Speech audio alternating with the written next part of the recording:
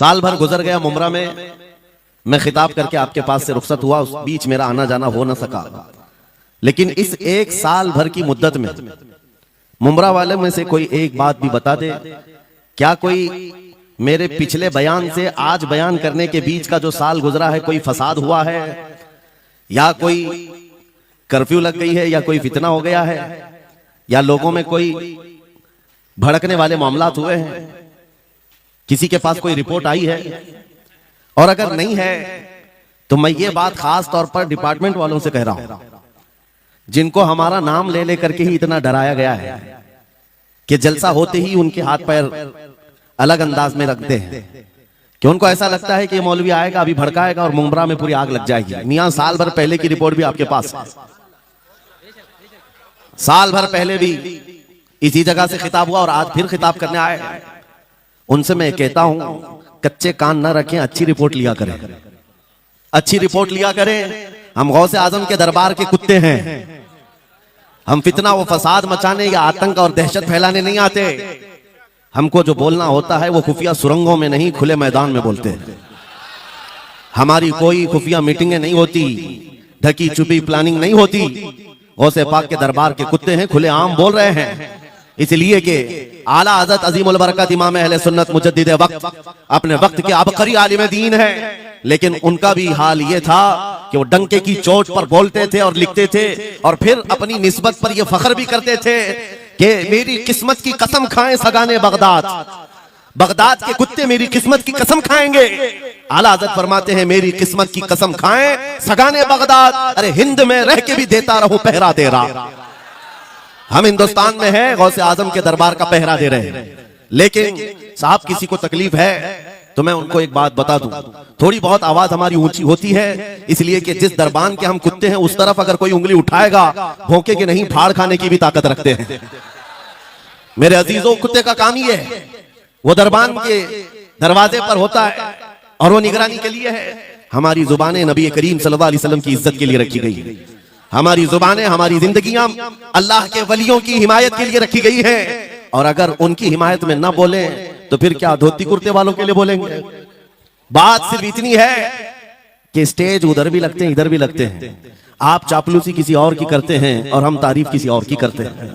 आप माल के पीछे भागते हैं और फिर आप मौजूदा हुकूमत जो भी मौजूद है उसके सिक्कों पर और उनके ओहदे पर और उनके मनसब पर देख करके आप बात करते हैं। लेकिन अल्हम्दुलिल्लाह हम फकीरों की आदत ये है, हम बरसों पुराने आबा व अजदाद से गौसे आजम के ही दरबान, उनके ही गुलाम है, इसलिए कि हमने ये सुना भी है और पढ़ा भी है। हमारे यहाँ निस्बत पर फख्र किया जाता है, और कैसी निस्बत पर? अरे हमारे वक्त का मुजद्दिद जब इस बात पर फख्र करता है, या गौस तुझसे दर, दर से सग और सग से है मुझको निस्बत। ये भी नहीं कहा डायरेक्ट गौसे पाक आपसे डायरेक्ट मुझे निस्बत है, ये नहीं कहा, बल्कि या गौस आपसे आपके दरबार को निस्बत है, आपके दरवाजे से आपके कुत्ते को निस्बत है, और आपके कुत्ते से मुझे अहमद रजा को निस्बत है। तुझसे दर, दर से सग और सग से है मुझको निस्बत। मेरी गर्दन में भी है दूर का डोरा तेरा, और इस निशानी के जो सग हैं नहीं मारे जाते। क्या बेहतरीन फार्मूला दिया है, डरने वालों के लिए ही आला हज़रत ने कहा है, जो खौफ खाया करते हैं खौफ न रख रजा जरा तू तो है अब्दे मुस्तफा। आला हज़रत फरमाते इस निशानी के जो सग हैं नहीं मारे जाते। सग फारसी लफ्ज है और कुत्ते को कहते हैं। कौन सी निशानी वाले सग नहीं मारे जाते? जिस कुत्ते के गले में पट्टा होता है उसको नहीं पकड़ा जाता। म्युनिसिपैलिटी की गाड़ी भी आती है कुत्तों वाली, वो इंजेक्शन मार के जाते हैं या कुत्तों को पकड़ के ले जाते हैं। बहुत कुत्ते अगर आवारा हो गए, कंप्लेंट करो, कुत्तों को उठा ले जाएंगे, लेकिन उन उठा ले जाने वाले कुत्तों में अगर एक भी बेल्ट वाला आया तो छोड़ देंगे। क्यों? ये पट्टा बताता है इसका कोई मालिक है, ये आवारा नहीं है, किसी का पाला हुआ है। पट्टा बताता है इसका कोई मालिक है। और आला हज़रत फरमाते हैं हमारे गले में कादरी पट्टा पड़ा हुआ है, और इस निशानी के जो सग हैं नहीं मारे जाते। हश्र तक मेरे गले में रहे कादरी पट्टा तेरा। गौसे पाक का ये निस्बत का पट्टा पड़ा हुआ है, ये अल्हम्दुलिल्लाह हमें बहुत सारी चीजों से महफूज रखता है। हमें जाहिर सी बात है आज इसी बात पर फख्र भी है। लोग मौलाना साहब कह रहे हैं हक बात कहना इस जमाने में नहीं, हर जमाने में दुश्वार रहा है, हर जमाने में दुश्वार रहा है। लेकिन ऐ नौजवानों, अगर तुम्हें अपनी निस्बत पर यकीन है कि मेरा पीर गौसे आजम जैसा है, मेरी निस्बत मुस्तफा करीम सल्लल्लाहु अलैहि वसल्लम से है, तो फिर खौफ किस बात का, डर किस बात का? इसीलिए हम डंके की चोट पर बोलते हैं, क्यों दबे जिस पे हिमायत का हो पंजा तेरा, शेर को खतरे में लाता नहीं कुत्ता चेहरा। अजीजा ने गिरामी वक़ार, आज सुल्तानुल औलिया गौसुल आजम की बारगाह में हम खिराज अकीदत पेश करने आए। जो बातें मैं अर्ज कर रहा हूं वो गौर से सुने। करामात ये औलिया इकराम की जिंदगी का हिस्सा है, अल्लाह की तरफ से उन्हें दिया गया। करामत क्या है? ऐसा मुहय्यरुल अक़ूल काम, अकल को हैरत में डाल देने वाला काम जो आम इंसान नहीं कर सकता, आम इंसान की अकल में ना आए, अल्लाह के वली से सादिर होने वाला ऐसा कोई काम, उसको करामत कहते हैं। लेकिन करामत औलिया इकराम की विलायत को साबित करने के लिए जरूरी नहीं। औलिया इकराम की विलायत को साबित करने के लिए करामत नहीं दिखाई जाती, शरीयत पर इस्तिकामत ये विलायत की अलामत है। अगर वो मजबूती के साथ हर जमाने में अपने दीन पर जमा हुआ है, वो अल्लाह का वली है, वो अल्लाह का वली है। आज भी हमारी कौम औलिया को ढूंढने पर लगी हुई है। सुनो, अल्लाह का वली ढूंढना चाहते हो तो ढूंढने के लिए निकलते हैं और पीछे पड़ जाते हैं। देखते हैं ये ठोकर मार करके सोने का सिक्का निकाल सकता है कि नहीं निकाल सकता है। औलिया को इन्हीं बातों पर आज भी लोग परखते हैं। सोचते हैं कि अभी बाबा आसमान पर उड़ेंगे तो मैं समझ लूंगा अल्लाह के वली हैं, पानी पे चल के दिखाएंगे तो मैं समझ लूंगा अल्लाह के वली हैं। मैं यहीं बैठा हूं, अचानक मेरे पास पैसों का थैला खोल के दे दें, अल्लाह के वली होंगे। यानी तुम एक जगह बैठे रहो, हलवा खिलाने वाले बाबा जिसको तुम समझोगे अल्लाह का वली है। मेरे अजीजों, ये जो चीजें तुम समझ बैठे हो अल्लाह के वली के लिए, ये जरूरी नहीं, बल्कि ये देखो कि वो नबी पाक की शरीयत पर कितना कायम है, मेरे नबी के रास्ते पर कितनी मजबूती से जमा हुआ है। मैं आपको पूछता हूं, सैयदुश शुहदा इमाम अली मकाम इमाम हुसैन आजम से बढ़कर अल्लाह का वली कौन? अल्लाह का वली कौन है? सारे औलिया इकराम की निस्बत वहां जाकर खत्म होती है। उस हुसैन आजम को देखे करबला के मैदान में अपने बच्चों की कुर्बानी के सामने भी जमे रहे, डटे रहे, करामत का इजहार नहीं किया, शरीयत पर इस्तिकामत लोगों को दिखाया। दुनिया में जैसी भी आफतें आ जाएं, मुसीबतें आ जाएं, अगर दीन मुस्तफा पर जमा हुआ है, इस्तिकामत के साथ खड़ा हुआ है, वो उसकी सबसे बड़ी विलायत है, वो सबसे बड़ा वली है। अल्लाह का वली वो है जो शरीयत पर जमा हुआ है, डटा हुआ है, कायम है। और करामात औलिया इकराम की जिंदगी का एक छोटा हिस्सा है, छोटा हिस्सा है। और इस्तिकामत ये बहुत बड़ा हिस्सा है। जमे रह जाना किसी बात पर, खौफ ना खाना बातिल ताकतों से, न डरना इन जालिमों से, ये औलिया इकराम की जिंदगी का खास वतीरा है। आज हम सबको जिस चीज की जरूरत है वो करामत की नहीं, इस्तिकामत। करामतें सुनते भी आया, अब करामत से आप ये समझते हैं कि काया पलट जानी चाहिए। लोग आज मजाक भी करते हैं।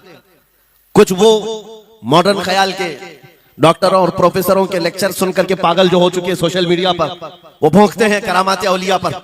क्या अब करामात क्यों नहीं दिखाते अल्लाह के औलिया? ये जो हालात बदले हुए हैं, इन हालात में इनकी करामतों से जमीन क्यों नहीं पलट जाती? जालिमों के मुंह में कीड़े क्यों नहीं पड़ जाते? मेरे अजीजों, पूरी दुनिया करामात से नहीं चलाई जाती, वल्लाह मुसब्बिबुल अस्बाब, अस्बाब पर रखा है। एक मशहूर जमाना बुजुर्ग हजरत मोहम्मद जाम रहमतुल्लाह अलैह बगदाद हलाकू के जमाने के थे, हलाकू बादशाह जिसने बस्तियों की बस्तियां वीरान कर डाली और इतने कत्ल कर दिया था जहां से गुजरता था इंसानों की खोपड़ियां। उसका जब बगदाद पर हमला करने का इरादा हुआ तो बगदाद से कई मील दूर उसका लश्कर लेकर वो पड़ाव किया और अपने 2 सिपाहियों को बगदाद का मुआयना करने के लिए भेजा। और उसकी दहशत तारी थी सब शहरों में, हलाकू अगर आ गया तो हिलाक हो जाएंगे, इसके फौजी सबको बर्बाद कर डालेंगे। हलाकू का नाम सुनते ही लोगों में दहशत तारी होती थी। तो 2 सिपाही 2 फौजी हलाकू के बगदाद मुआयना करने के लिए आए तो लोगों में खलबली मच गई, अब जाएं तो कहां जाएं? तो हजरत मोहम्मद जाम रहमतुल्लाह अलैह एक बुजुर्ग थे, उनके पास लोग दौड़ते हुए आए और वो वजू फरमा रहे थे, उनके हाथ में पानी का कटोरा था और आकर के लोग रोने लगे, हुजूर हलाकू आ गया, बगदाद तबाह कर डालेगा, बगदाद को बर्बाद कर देगा, आप बचा ले, अल्लाह के वली हैं, आप दुआ करें। उन्होंने अपनी कटोरी पलट दी और कहा जाओ, अल्लाह हिफाजत करेगा। रिवायत में मिलता है कि वो 2 सिपाही ढूंढते ढूंढते रह गए, उनको बगदाद नजर ही नहीं आया। कोई बगदाद का न घर दिखा, न महल, न रास्ता, कुछ नहीं। वापस वो अपने बादशाह के पास जाकर कहते हैं हम तो बहुत ढूंढ करके आए, बगदाद मिला ही नहीं। हलाकू ने उन दोनों सिपाहियों को कत्ल कर दिया। कहा कि तुम झूठ बोलते हो, मुझे बगदाद की रोशनी यहां से दिखती है और तुम्हें कैसे नजर नहीं आया? या तो तुम निकम्मे हो या तो फिर मेरे साथ धोखा कर रहे हो, कत्ल कर दिया। दूसरे दिन अपने खास 2 वजीरों को भेजा कि जाओ बगदाद का मुआयना करके आओ, गलियां, वहां की सड़कें और वहां की महल्लात, वहां की इमारतें देखा। ये 2 वजीर गए और ढूंढते रहे। जैसे ही वो बगदाद में इंटर हुए, आज फिर लोग हलाकू के इन वजीरों को देखकर दौड़े दौड़े भागते हुए इस अल्लाह के वली के पास आया, हज़रत मोहम्मद जाम। आज फिर रोने लगे, कहा हमारी बीवियां बेवा हो जाएंगी, हमारे बच्चे यतीम हो जाएंगे, सब मारे जाएंगे, आप बचा लें।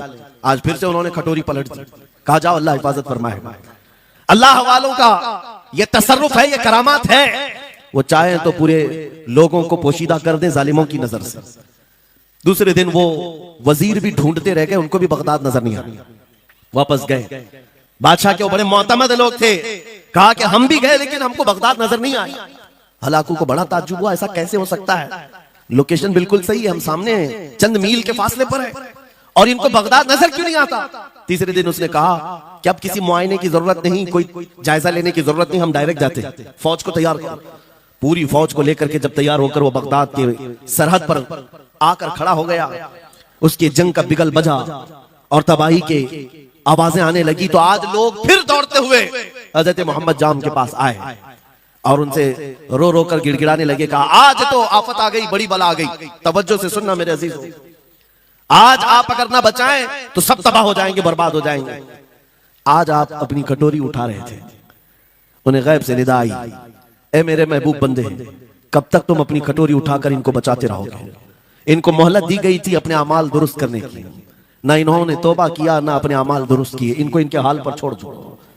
अल्लाह के वलियों को हुक्म होता है अल्लाह का, अब इन्हें ना बचाया जाए तो जाहिर सी बात है वो हुक्म इलाही के पाबंद है। उन्होंने वो कटोरी छोड़ दी। फिर हलाकू दाखिल हुआ बगदाद में और ऐसी तबाही मचाई थी कि पूरे बगदाद की सड़कों में सिर्फ खून ही खून था, तबाह बर्बाद कर दिया, ईंट से ईंट बजा डाली। इस वाकये को मैंने पढ़ा, उसके बाद ये महसूस हुआ अल्लाह के औलिया इकराम मदद जरूर करते हैं लेकिन एक वक्त तक, जब वो वक्त आ जाए अल्लाह की तरफ से मना हो जाए कि ये कौम बड़ी सरकश है, अब इनकी मदद ना की जाए, तो फिर ये हाथ उठा लिया करते हैं और इनको हालात पर छोड़ दिया जाता है। अज़ीज़ान गिरामी वक़ार, औलिया कामिलीन की करामतों पर भौंकने वालों से भी मैं यही कहूंगा, वो चाहे तो पल भर में हालात हमारे बदल दें, चाहे तो जमीन को उलट पलट दें, लेकिन वो अल्लाह के हुक्म के पाबंद होते हैं। और लोगों के लिए ये बात है, नसीहत है कि जब ऐसे हालात आ जाएं, आप इधर उधर भागने की बजाय पहले अपने दिल की तरफ देखें, कहीं मेरे गुनाहों से दिल के धब्बे बढ़ तो नहीं गए, मेरा दिल सियाह तो नहीं हो गया। सच बताओ मेरे अजीजों, इतने सख्त हालात के बाद कितने लोगों को ऐसी तौफीक हुई कि रात का अंधेरा छा गया हो और तौबा करने का जज्बा बढ़ गया हो, रात के वक्त बैठ करके रोने लग गया हो। फिलिस्तीन के गज्जा के उन मुसलमानों की हालत सार को देखकर रूह अगर तड़पती है और तुम अपने अमाल की सेहत और दुरुस्तगी के लिए तौबा कर ले जाते हो, ये बहुत बड़ी नेमत है अल्लाह की। फिर तुम्हें किसी करामत के ज़हूर की जरूरत नहीं, तुम्हारा बदलना ही दुनिया के हालात को बदल देगा, सब बदल जाएगा। लेकिन अगर उन्हीं हालात पर बाकी रहे तो फिर करामत से भी तुम नहीं बदलोगे और ना हालात बदलेंगे, कोई चीज नहीं बदलेगी। इन्नल्लाह ला युगय्यिरु मा बिकौमिन हत्ता युगय्यिरु मा बिअनफुसिहिम, कुरान में मेरा मौला फरमाता है बेशक अल्लाह ताला उस वक्त तक किसी कौम की हालत नहीं बदलता जब तक उस कौम को खुद अपनी हालत बदलने का ख्याल ना हो। हम अपनी जानिब से शुरुआत करें और फिर हालात खुद बदल जाएंगे, हालात खुद बदल जाएंगे। सरकार सैयदना गौसे आजम अब्दुल कादिर जीलानी रज़ी अल्लाह तआला अन्हु जिस हाल में बगदाद तशरीफ लाए थे, उस जमाने को याद करें, उस जमाने को याद करें। वो ऐसा जमाना था कि उस वक्त हक बोलना एक जुर्म हो गया था। शिया नवाज खलीफा मौजूद थे, हजरत अबू बकर हजरत उमर का नाम लेने पर भी मस्जिद के दरवाजे पर कोड़े मारे जाते थे। ये वो हालात थे, उलमा की जुबानें गंग थी, बोल नहीं पाते थे, खुतबा क्या देना है वो बिल्कुल स्क्रिप्टेड, जो खलीफा वक्त चाहे बस उतना ही। आज जैसे सऊदियों के यहाँ ये रिवाज, बादशाह की हिमायत में और बादशाह जैसा चाहे वैसी मस्जिद का मौलवी भी बोलता रहे। शरीयत क्या कह रही है, मेरे मुस्तफा करीम सल्लल्लाहु तआला अलैहि वसल्लम की तालीमात क्या कह रही हैं, इससे क्या सरोका, बस उतनी बातें करो जितनी उनके बादशाह की हिमायत थी। ये दौर गौसे आजम के जमाने का भी था। उस वक्त हक बोलना एक बहुत बड़ा जुर्म था, उलमा को कोड़े मारे जाते थे। आपको पता है उसी बगदाद में सिर्फ एक हक बात का ऐलान करने की वजह से इमाम अहमद बिन हंबल को 300 कोड़े मारे गए थे। उनकी पीठ झुक गई थी, उनकी रीढ़ की हड्डी टेढ़ी हो गई थी। कोड़ा किसको कहते हैं, कोई रस्सी को नहीं, चमड़े का वो बेल्ट जिससे वो मारते थे तो जिस्म की चमड़ी लग करके आ जाती थी। 100 कोड़े में तो आदमी मर जाता था, कोई बच गया।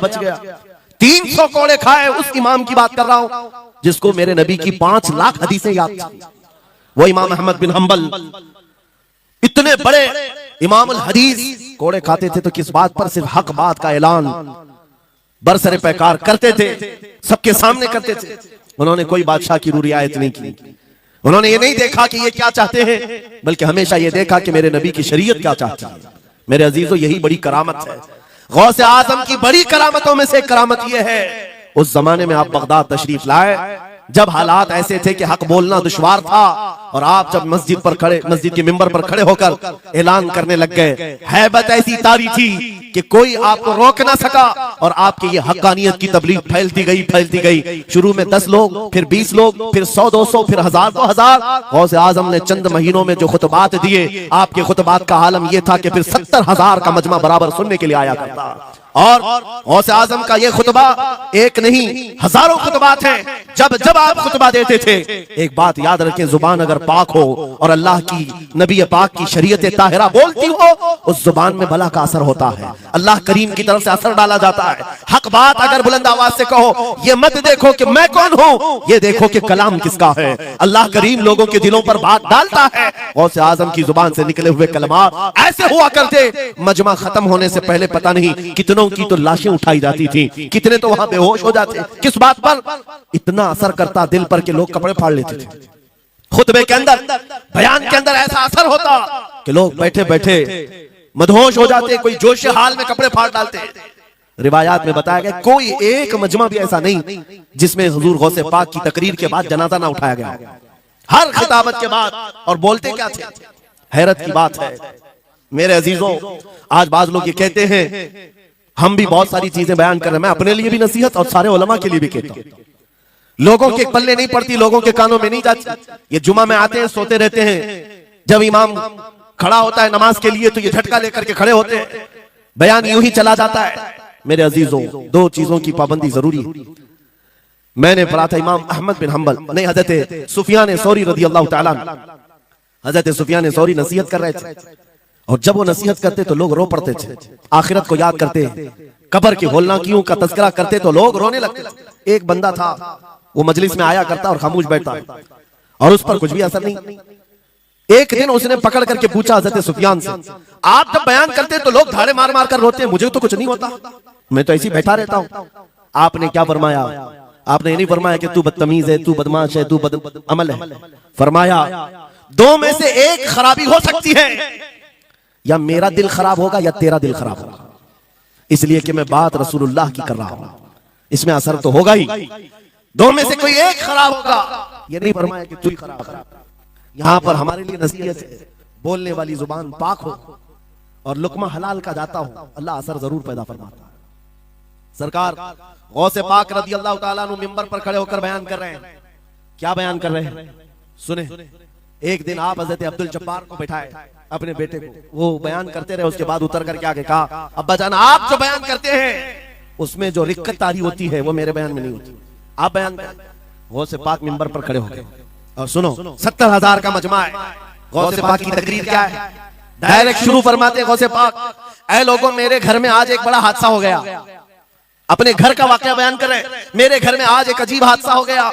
अब्दुल जब्बार की माँ, यानी अपनी बीवी के बारे में कह रहे हैं, उनके बेटे हजरत अब्दुल जब्बार कहते हैं, अब्दुल जब्बार की माँ मेरे लिए दही मट्टी की हांडी में जमा कर रखी हुई थी, एक छीके से लटकाई हुई। गर्मियों के दिन थे, आज मेरी भी ख्वाहिश थी दही खाने की। मैं घर पहुंचा दोपहर के वक्त, दही की हांडी मेरी बीवी ने उठा करके दस्तरखान पर रखा था। मेरे पहुंचने से पहले ही एक बिल्ला आया घर में और पांव से झपटा मारा, वो दही का मटका गिर गया, टूट गया, और दही पूरा जमीन पर बह गया। न माँ खा सका, न मेरी बीवी खा सकी। इतना बयान करना था कि लोग ठाड़े मारकर रोने लग गए, कपड़े फाड़ने लग गए, लोगों के अंदर जोश हाल से कैफियत बदल गई। मेरे अजीजों, कोई अपने घर का वाकया बयान कर रहा हो कि दही की हांडी फट गई, दही बह गया, इसमें कौन सी ऐसी बात है रोने की?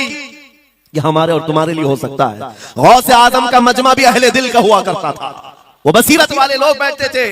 गौसे पाक क्या बयान कर रहे थे? गौसे पाक के बयान का मतलब ये नहीं है कि अब्दुल उनकी बीवी दही की हांडी जमाई थी और उनके लिए खाने का इंतजार कर रही थी। गौसे आजम अपने वाकये से दुनिया की हालत बता रहे थे, ऐ लोगों, जिस तरह मेरे घर में आज मेरे खाने से पहले दही का मटका टूट गया और दही बह गया, सबकी हालतें तकरीबन ऐसी होती हैं। इंसान अपने लिए इतना कमाता है, माल जमा करता रहता है, और जब उसके खाने का वक्त आता है मलकुल मौत पंजा मारकर रूह निकाल लेता है, और सारा माल उसका धरा का धरा रह जाता है, ना वो चख पाता है ना खा पाता है। गौसे पाक रज़ियल्लाहु ताला अन्हु ये दुनिया की हालात बता रहे थे। और मेरे अजीजों, आज भी वही हालात हैं हमारे, आज भी वही हालात हैं। हमने कमाने के लिए अपनी सेहत गंवा दी, रात नहीं देखा, दिन नहीं देखा, दौड़ते रहे माल हासिल करने के लिए, इतना जमा कर लूं, इतना जमा कर लूं, इतना जमा कर लिया, जब तक तो सेहत बिगड़ गई, शुगर भी आ गई, बीपी भी आ गई, और ऐसी बीमारियां लग गई कि आप इनको ठीक करने के लिए जितना जमा किया था खर्चा करते रहो। शेख सादी रहमतुल्लाह अलैह फरमाते हैं, ये दो कामों में तो इंसान की पूरी जिंदगी खत्म होती है, पहले कमाने के लिए सेहत गंवाता है और फिर सेहत बचाने के लिए माल गंवाता है। ये दो चीजों में गौसे पाक रज़ियल्लाहु ताला अन्हु की नसीहत यही थी कि इतना जमा कर ले जाते हो, इतना जमा करते हो कि फिर जब खाने का वक्त आता है तो मियां ऐसे हालात होते हैं कि नमक भी नहीं खा पाते, शक्कर भी नहीं खा पाते। दूसरी बातें तो छोड़ो, शुगर वाले शक्कर नहीं चख पाते, बीपी वाले नमक नहीं चख पाते, अरे ये बड़ी छोटी चीजें हैं, और माल देखो तो करोड़ों का है, अरबों का है, अरबों का माल पड़ा हुआ है, नमक नहीं चख पाते, शक्कर नहीं खा पाते। किसके लिए जमा किया था? और थोड़ी और बड़ी बीमारी हो गई तो पानी भी नहीं पी पाते, डायलिसिस चल रहा है, किडनी खराब है। कितने ऐसे लोग मिलते हैं आज, कितने ऐसे हैं जिन्होंने साफ मुझसे कहा कि डॉक्टर ने पूरा गिन करके कहा है कि पूरे दिन भर में जो है एक ढक्कन से पानी पीना, बोतल का जो ढक्कन होता है उस ढक्कन से बस बूंद बूंद चखते रहना, पानी ही ना पियो, इसलिए कि किडनी काम नहीं करती। ये दुनिया है मेरे अजीजों, हमने अपनी सेहत गंवा दी, पूरी की पूरी सेहत गंवा दी इसको हासिल करने के लिए। इसी को मेरे इमाम अहले सुन्नत फाजिल बरेलवी ने कहा था, शहद दिखाए जहर पिलाए, कातिल डायन शोहर कुछ, इस मुर्दार पे क्या ललचाए, दुनिया देखी भाली। लेकिन समझ में किसी को नहीं आता, उस वक्त समझ में आने लगता है जब जाने का वक्त होता है। जाने के वक्त हालात ऐसे होते हैं, मैं अक्सर अपने टूर में देखता हूँ, उमरा पे जाते हैं, बगदाद पे जाते हैं, खूब आयश से रहते हैं, सबको पता रहता है प्लेन में सिर्फ 30 किलो का अलाउड है, लेकिन मार्केट में जाते हैं तो उनको कुछ खबर नहीं होती, सब खरीद रहे होते हैं, हो जाएगा, खरीद करके लाकर रूम में भर दिए, और आज शाम में जाना है तो ठोस रहे हैं इस बैग में उस बैग में, नहीं घुसा। और उसके बाद फिर एयरपोर्ट पहुंचे तो कभी इसको रिक्वेस्ट कभी उसको रिक्वेस्ट, थोड़ा हमारा भी ले लो, थोड़ा हमारा भी ले लो, अरे वहां सबका 30 है, कोई लेने को तैयार नहीं। फिर खरीदा हुआ वही छोड़ करके हसरत भरी निगाह से देखते जाते हैं, किसी की खजूर छूटी हुई है, किसी के मुसल्ले छूटे हुए हैं, किसी के कपड़े छूटे हुए हैं, हर बार हम एयरपोर्ट पे देखते हैं, छोड़ करके जा रहे होते हैं, बड़ी हसरत से देखते हैं। मेरे अजीजों, ये कोई लतीफा नहीं, सेम यही हालात जब दुनिया से जा रहा होता है एक इंसान, मरने से पहले उसकी आंखें फटी रह जाती हैं। क्यों कहा गया है मरने के वक्त सबसे पहले उसकी आंखें बंद कर दो? क्योंकि वो अपना माल देख रहा होता है, अपनी औलाद देख रहा होता है, अपना घर बार देख रहा होता है, मैंने इसको बनाया था, इस तरह से कमाया था, इस तरह से इसको पाला था, ये सब देखता रह जाता है, उनमें से किसी चीज को उठा भी नहीं पाता, ले नहीं जा सकता, यहां तक कि ऐसी हालत होती है खुद जा भी नहीं पाता, दूसरों के कंधों पर सवार होकर जाना पड़ता है। ये दुनिया की हकीकत। गौसे पाक की तालीमात अगर पढ़ते रह जाओ मेरे अजीजों, तसव्वुफ का एक ऐसा किला है, गौसे पाक की तालीमात काफी है तुम्हें तौबा करने के लिए, दुनिया में दिल लगाने के लिए और उससे दिल हटाने के लिए गौसे पाक की तालीमात काफी है। आपने फरमाया था दुनिया में ऐसे रहो जैसे कश्ती समंदर में चलती है, कश्ती समंदर में चलती है, यानी पूरे भरे हुए मौजों के पानी पर कश्ती चल रही है, लेकिन उसका कुछ बिगड़ता नहीं है। हाँ, अगर पानी कश्ती के अंदर आ गया तो फिर कश्ती के लिए खतरा है, डूब जाएगी। तुम दुनिया में ऐसी रहो कि तुम्हारे अंदर दुनिया ना आए, तुम दुनिया में हो, तुम्हारे अंदर दुनिया ना आ जाए। अगर तुम्हारे अंदर दुनिया घुस गई तो डूब जाओगे, फिर यहां से निकल नहीं पाते। मौलाना रोम इसी की मिलती जुलती बात कहते हैं मसनवी शरीफ में। जलालुद्दीन रूमी फरमाते हैं, एक चूंटी को देखा, शहद का एक कतरा जमीन पर गिरा हुआ है, शहद का कतरा चिपकने वाला होता है, यानी उसके अंदर गम होता है। चूंटी करीब से आई, एक चुस्की ली, शहद को चखा और जाने लगी, फिर आई, पेट कहां भरता है चूंटी का मीठे से, अरे शहद तो पानी में भी रखो ऊपर से आके गिरती है और शहद खाना है उसको। और दूसरी तरफ से आई, फिर गई, पेट नहीं भरा, चारों तरफ से उस कतरे को चाट चाट के गई। मौलाना रोम फरमाते हैं, फिर चूंटी के दिल में ख्याल आया, मैंने हर तरफ से तो शहद को चक्कर देखा, टेस्ट एक ही है, बीच कतरे में कैसा टेस्ट होगा, कतरे के बीचों बीच शायद अलग टेस्ट होता है। तो चूंटी ये सोच करके कतरे के ऊपर चढ़ गई, जो शहद का कतरा था उसके ऊपर चढ़ गई, कहा ऊपर चढ़ करके मैं चुस्की लूंगी इसकी और चखूंगी। और जब चढ़ गई तो उसके सारे पैर हाथ उस पे चिपक गए, चूप तो लिया, शहद खा तो लिया, लेकिन वापस आने का कोई रास्ता ही नहीं था। सारे हाथ पैर उस शहद के गम में चिपक गए, चूंटी की उसी कतरे में मौत हो गई। मौलाना जलालुद्दीन रूमी फरमाते हैं, इंसान यही करता है, माल कभी इधर से कमाता है, कभी उधर से कमाता है, हर जगह से देखता है, सारे टेस्ट ले लेता है, बाद में बड़े बड़े लोगों को देखता है, अरे नेताजी तो बड़े बंगले में, वहां कैसा ऐश होता होगा, कोई इस रिजॉर्ट में है, वहां कैसी मस्तियां होती होंगी, वहां भी जाकर देख लूं। ये वहां भी यहाँ भी करते करते घुस जाता है और दुनिया में ऐसा मसरूफ होता है, उसकी मौत आ जाती है, तौबा की मोहलत नहीं मिल पाती, उसी दुनिया में फंस जाता है। मेरे अजीजों, गौसे आजम की तालीमात ये हैं, दुनिया में ऐसे रहो जैसे कश्ती समंदर में रहती है, तुम्हारे अंदर पानी ना आने पाए, अगर तुम्हारे अंदर आ गया तो डूब जाओगे। इन तालीमात पर अमल करते हुए आज हम हालात देख सकते हैं, जितनी चीजें ने हमें बिगाड़ा है आज, वो दुनिया की मोहब्बत है, वो दुनिया की मोहब्बत है। मेरे आका सल्लल्लाहु अलैहि वसल्लम का एक फरमान मैं सुनाता हूं, अबू दाऊद शरीफ की हदीस है, वो आज के जमाने में अगर मैं आपके सामने बयान करूं तो ऐसा लगे हमारे लिए ही बयान हुआ है। रसूल करीम सल्लल्लाहु अलैहि वसल्लम फरमाते हैं, यूशकु अन तदाअ अलैकुमुल उमम कमा तदाअल अकिलतु इला क़ुसअतिहा, करीब एक जमाना तुम पर आएगा, तुम देखोगे कि सारी जमातें मेरी उम्मत पर टूट पड़ेंगी, ऐसे टूट पड़ेंगी जैसे भूखा बर्तन पे झपटता है, भूखा आदमी जैसे बर्तन पे झपटता है, ऐसे मेरी उम्मत पर सारी कौमें झपट पड़ेंगी। आज वही तो हालात है, आज वही हालात है, सबका टारगेट हम ही है, सबका निशान हम है। सहाबा ने पूछा उस वक्त, यौमइदिन मिन नहनु मिन क़िल्लतिन या रसूल अल्लाह, ऐ अल्लाह के रसूल, उस जमाने में हमारी तादाद कम होगी, ऐसा क्यों होगा कि सारे लोग हम पर झपट पड़ेंगे? नबी पाक फरमाते हैं, वलाकिन्नकुम कसीरून, नहीं तुम तो बहुत ज्यादा होंगे उस वक्त, गुसाअन का गुसा इस्सैल, लेकिन तुम्हारी हालत समंदर के झाग की तरह होगी, यानी समंदर का कफ झाग जो होता है हवाओं से उड़ जाता है, तुम्हारी हालत ऐसी होगी। तादाद तो बहुत होगी, लेकिन छोटी छोटी चीजों से बिलबिला करके भागने वाले लोग, ये प्यूरिटी नहीं रह जाएगी। फिर सहाबा ने पूछा, या रसूल अल्लाह सल्लल्लाहु अलैहि वसल्लम, ये ऐसी चीज हमारे अंदर क्यों आएगी? मेरे आका फरमाते हैं, वजह दो ही होगी, दो चीजें जब तुम्हारे दिल के अंदर आ जाए तो अल्लाह ताला तुम्हारे दिलों से, तुम्हारे दिलों के ऊपर काफिरों का, दुश्मनों का रौब डाल देगा, तुम डरते डरते जीने लग जाओगे, खौफ के आलम में जीने लग जाओगे।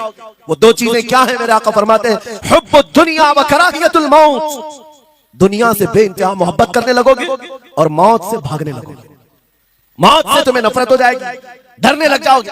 ये दो चीजें जब तुम्हारे अंदर आ जाए, तुम्हारे दिलों पर काफिरों का रौब डाल दिया जाएगा, दुश्मनों का खौफ डाल दिया जाएगा। क्या ये दो चीजें आज हमारे अंदर आ गई? है नौजवान, दुनिया में ऐसे मस्त हो गए, हर एक को अपनी मसलहत है, मेरी दुकान कैसे चलेगी, मेरा बिजनेस कैसे चलेगा। मौलाना तो तकरीर करते हैं, ये बोलते हैं इनको कुछ हो गया, हमारे बच्चों का क्या होगा। ये सारी मसलिहतों की बातें मैं सुन सुन करके पक गया। बहुत सारे लोगों को तो ये लगता है इनके साथ मत बैठो, वरना कल को इन पकड़ के ले जाएंगे तो तुम्हारा भी नाम आ जाएगा। बहुत सारे स्टेज पर उलमा के हालात पर अभी तो चल रहा है, जिस दिन कोई टारगेट पर आए इधर उधर बैठने से भी डरने लगे। इनके ऊपर इतने केस हैं, बाजू बैठने वालों की भी हालत खराब हो जाएगी, हमारा भी नाम ना आ जाए। मेरे अजीजों, ये सब गीदड़ भपकियां हैं, तुम्हारे ईमान का इम्तिहान। मैं तो यही कहता हूं, हमारे साथ कोई मामला नहीं। वही बात मैं कहता हूं जो अकबर इलाहाबादी ने कहा था, रकीबों ने रिपोर्ट लिखवाई है जा के थाने में कि अकबर नाम लेता है खुदा का इस जमाने में। यही रिपोर्ट लिखवाते हैं जा करके। हमारी भी जहां रिपोर्ट लिखी हुई होगी, बात यही होगी कि ये रसूलुल्लाह का नाम लेता है और उनके नाम पर लोगों को बात करता है, यही रिपोर्ट होगी। और इस बारे में हम कभी डरते नहीं। मैं आपको बताऊं, उत्तर प्रदेश में वहां के हालात तो पता है, बिल्डोजर की हुकूमत चलती है। लेकिन मेरे अजीजों, एक मौलाना साहब ने कहा, आपके साथ जलसे में बैठकर मैं लब्बैक लब्बैक के नारे लगा रहा था, दूसरे दिन मुझे थाने बुला लिया और फिर मुझे बहुत ज्यादा मामलात हो गए। कहा कि मौलाना तुम ही नारे लगा रहे थे, आप लोग ना डरे इंशाअल्लाह यहां पर। तो उन्होंने मुझसे कहा, मैं कहा क्या हुआ, फिर कुछ हुआ? कहा मुझसे कह रहे थे केस हो जाएगा, हालात बिगड़ जाएंगे, खराब हो जाएंगे। मैंने कहा फखर करो मौलाना इस बात पर, दुनिया चोरी करके थाने जाती है और तुम नबी का नाम लेकर जा रहे हो, कौन सा मसला है? बात सिर्फ इतनी है मेरे अजीजों, हम बोलते रहेंगे उस वक्त तक जब तक अल्लाह तबारक व तआला ने जुबान रखी है।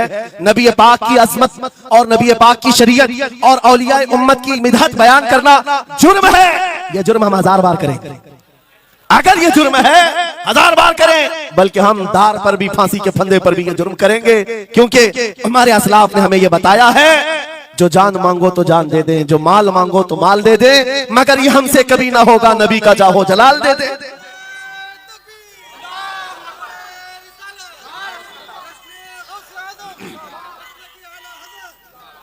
खामखा बेचारे हमारे रिश्तेदारों को डरा करके रखे लोग, पुलिस वाले हजरात को कुछ लोग रिपोर्ट लिखवा कर डरा करके रखे हुए। मैं आपको बता रहा हूं, एक साल में तकरीबन 170 के करीब जलसे करके आए। किसी एक जगह की भी रिपोर्ट निकाल करके बताओ कि हमने कहीं फसाद करवाया, हमने कहीं पर लोगों में माहौल बिगाड़ा हो, या पब्लिक भड़क करके एक दूसरे के जंग करने पर आई हो, कहीं नहीं। अगर कौम को, सोई हुई कौम को बेदार करना तुम्हारे नजदीक भड़काना है तो ये भड़काना तो बहुत अच्छा है मेरे अजीजों। हमारा काम सिर्फ इतना है, हम उन नौजवानों से बात कर रहे हैं जो अपने नबी के फिदाई हैं, जो अपने नबी के आशिक हैं, और हम सिर्फ उस लौ को और बढ़ाना चाहते हैं जो इनके सीनों में जल रही है। इनके सीनों में किसी और की नहीं, मेरे मुस्तफा की मोहब्बत की शमा है। अगर वो मध्यम है हम उसको तेज करना चाहते हैं। बस मेरे नौजवान से मेरा मुतालबा सिर्फ इतना ही है, किसी की जय विजय क्यों पुकारे, क्या गरज हमको, हमें काफी है सैयद अपना नारा या रसूल अल्लाह, हमें काफी है सैयद अपना नारा।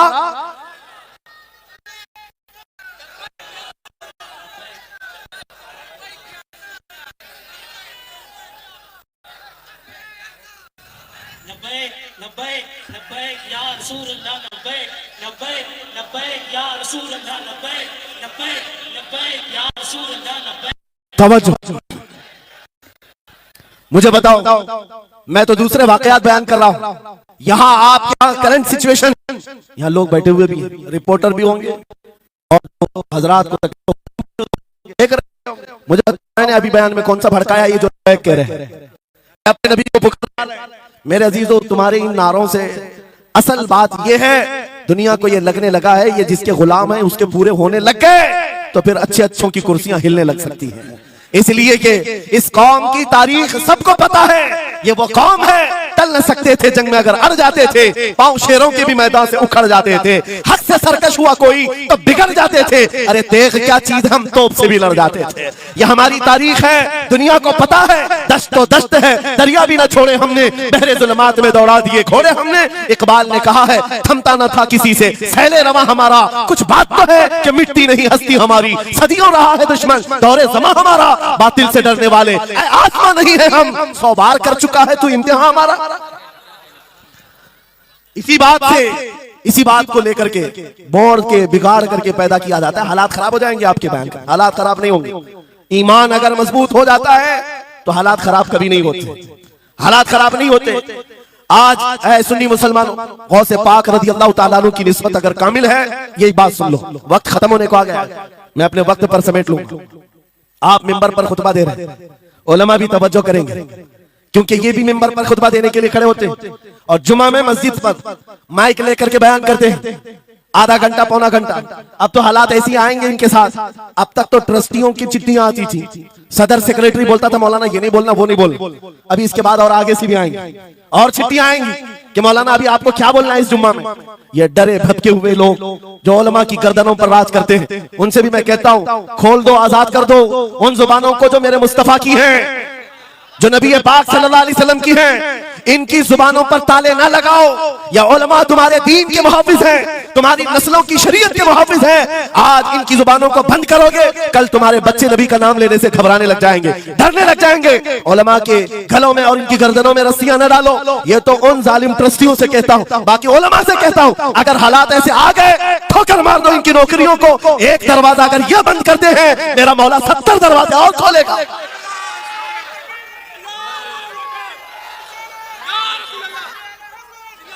सुनो, गौसे पाक रज़ी अल्लाह तआला अन्हु किस बात से डरते थे? गौसे पाक का खुतबा बयान करने वाले मौलवी हजरात, उलमा सुने, गौसे पाक किससे डरते थे? उनको डराने वाला कोई ट्रस्टी था, कोई हाकिम था? बल्कि हालात ऐसे थे, एक बार खिताब कर रहे हैं मजमे में, बहुत बड़ा मजमा है, खिताब के बीच दरमियान अभी वाज हो रहा है, एक काला सांप गिर गया आपके कंधे पर, सांप गिर गया और गिरा ही नहीं, गिर करके फिर वो आपके गले के अंदर से दाखिल हो गया, आस्तीन में आया, आस्तीन में आया और फिर इधर आया, वो लौट लौट करता रहा। लोग जो मजमे में बैठे थे उन पर हैबत तारी थी, वहशत तारी थी, कोई जगह छोड़कर इधर उधर हो रहा है, लेकिन गौसे पाक का कदम डगमगाया नहीं, ना जिस्म के अंदर कोई हरकत हुई, आपका बयान कंटिन्यू जारी रहा, उसी तरह जारी रहा। वो सांप कभी आपके सामने आया, कभी इधर आया और घूम फिर करके वापस चला गया। बयान आपका मुकम्मल हुआ, लोग खड़े हुए पूछते रहे, या सुल्तान अल औलिया सय्यदी शेख अब्दुल कादिर जिलानी, आपके साथ ये जो माजरा हुआ, ये सांप इतना खतरनाक था, देख करके हैबत तारी थी और आप अपना बयान कंटिन्यू जारी रखे हुए थे, ये क्या माजरा है? गौसे पाक फरमाते हैं, वो सांप तो मुझसे कह रहा था, ऐ अब्दुल कादिर, तुझसे पहले 70 औलिया को भी मैंने ऐसे ही आजमाया है, 70 उलमा को मैंने ऐसे ही आजमाया है और आजमा कर चला गया। गौसे पाक क्या फरमाते सुनो, ऐ लोगों, तुम मुझसे पूछ रहे उससे डरता था या नहीं डरता था? बात सिर्फ इतनी है, मैं उस कादिर का बंदा अब्दुल कादिर हूं,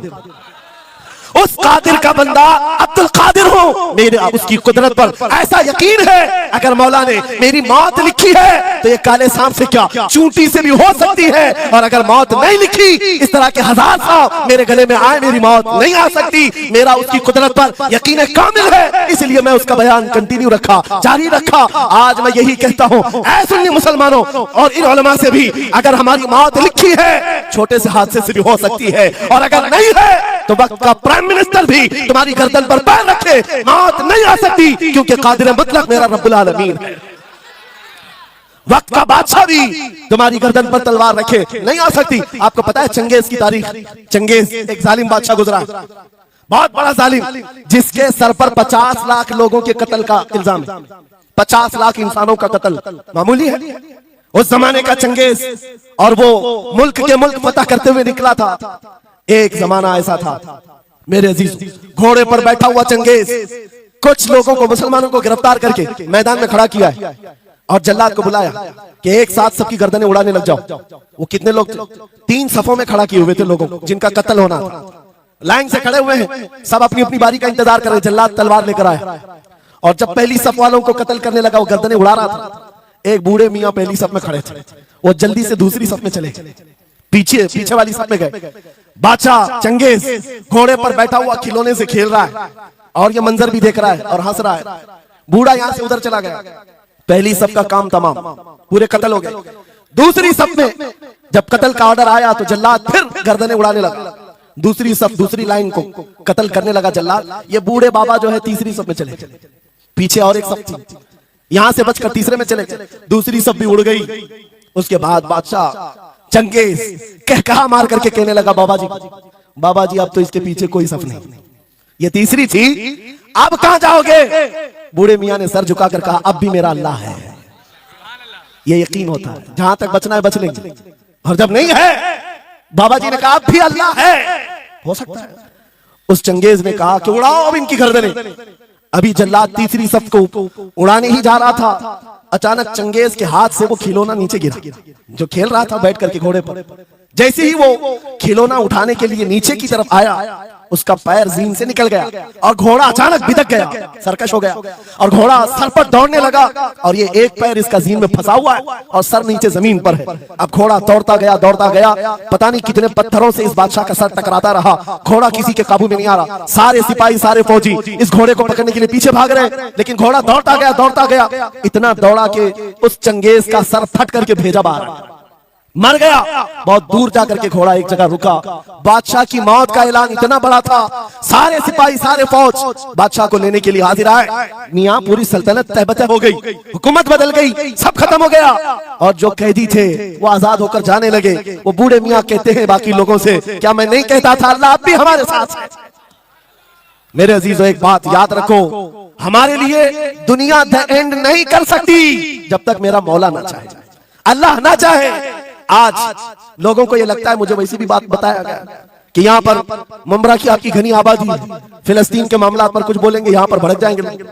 मेरे अजीज, तो इतने भड़कने की जरूरत है, तुम यहाँ भड़कोगे तो फिलिस्तीन पहुंच भी नहीं पाओगे। बात यह है, हम बोलेंगे जरूर जुल्म के खिलाफ और हक के लिए, चाहे जैसे भी हालात हो। अगर किसी को बुरा लगता है इजराइल जालिम है, तो मैं 100 बार कहूंगा वो जालिम है, जालिम है, जालिम है। उनकी कोई हिमायत करने के लिए हम नहीं है, लेकिन एक बात आपको मैं जरूर बताना चाहता हूं, गौसे पाक का मसलक ये है, सुल्तानुल औलिया गौसुल आजम की निस्बत के साथ आप अपनी शरीयत पर कायम रहें और अपने इस ईमान पर डटे रहे, और तौबा व इस्तिग़फ़ार के बाद अपने हालात बदल लें, और उन गरीब मुसलमानों को देखकर जो कत्ल हो गए और उनके टुकड़े हो गए, ये मत समझना कि इस्लाम खत्म हो गया। हर जमाने में ये चीजें आती रहेंगी, लेकिन आज मैं ये ऐलान करके गुफ्तगू खत्म करता हूँ। इन हालात को देखकर इस बात का फिर से हम नारा तजदीद करके जाते हैं, कत्ले हुसैन असल में मर्गे यजीद है, इस्लाम जिंदा होता है हर करबला के बाद। लब्बैक या रसूल अल्लाह, लब्बैक या रसूल अल्लाह, लब्बैक या रसूल अल्लाह।